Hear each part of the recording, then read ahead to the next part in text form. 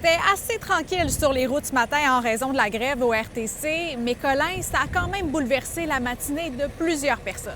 Ouais, on les voit tout de suite, les conséquences sur le terrain. Je vous donne un exemple. On est à une banque alimentaire, la Bouchée Généreuse à Québec. Et normalement, il y a une file là, présentement. C'est jeudi, c'est le jour où on distribue les denrées alimentaires. Et ce qu'on me disait du côté de la banque, c'est que vraiment, on pense distribuer le tiers de ce qu'on distribue d'habitude. Les gens peuvent tout simplement pas se rendre ici. C'est pas des gens qui ont des grands moyens. Alors là, on essaie de donner aujourd'hui plus des denrées périssables pour conserver la nourriture pour la semaine prochaine. On s'attend à un boom, qu'il y aura beaucoup de gens qui viennent jeudi prochain.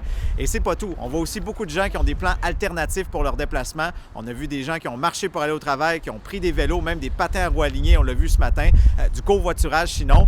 Et pendant que tout le monde se démène, bien, vous avez la direction du RTC et le syndicat des employés d'entretien qui nous disent, écoutez, on a une espèce de guerre de mots. Là. Certains disent qu'on aurait pu avoir des services minimaux aujourd'hui, d'autres disent que non. Bref, on n'a pas leur juste quand on parle aux deux parties, mais tout le monde se démène pour se déplacer d'une manière ou d'une autre. On a compté un peu moins de morts et de blessés sur les routes partout au Québec en 2024 par rapport à 2023, mais l'ensemble des chiffres dépasse la moyenne des 5 dernières années. Ça, c'est selon le dernier bilan routier de la SAQ. Et fait intéressant, la plus importante diminution du nombre de décès concerne la région de Chaudière-Appalaches, où on a noté une baisse de 11 décès par rapport à 2023.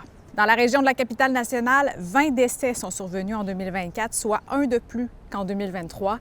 L'année la plus mortelle reste 2019, avec 26 décès sur les routes. Mais le bilan fait particulièrement mal du côté des piétons et des cyclistes.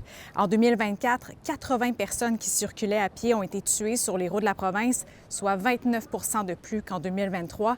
Et le nombre de décès chez les cyclistes est aggravé de 18 l'an dernier par rapport aux données de 2023. On a aussi du nouveau dans le dossier du tramway ce matin parce que les partenaires du projet Tramcité se sont entendus sur les rôles et responsabilités de chacun pendant la phase de planification. Et ça survient après plus de 2 mois de retard sur l'échéancier.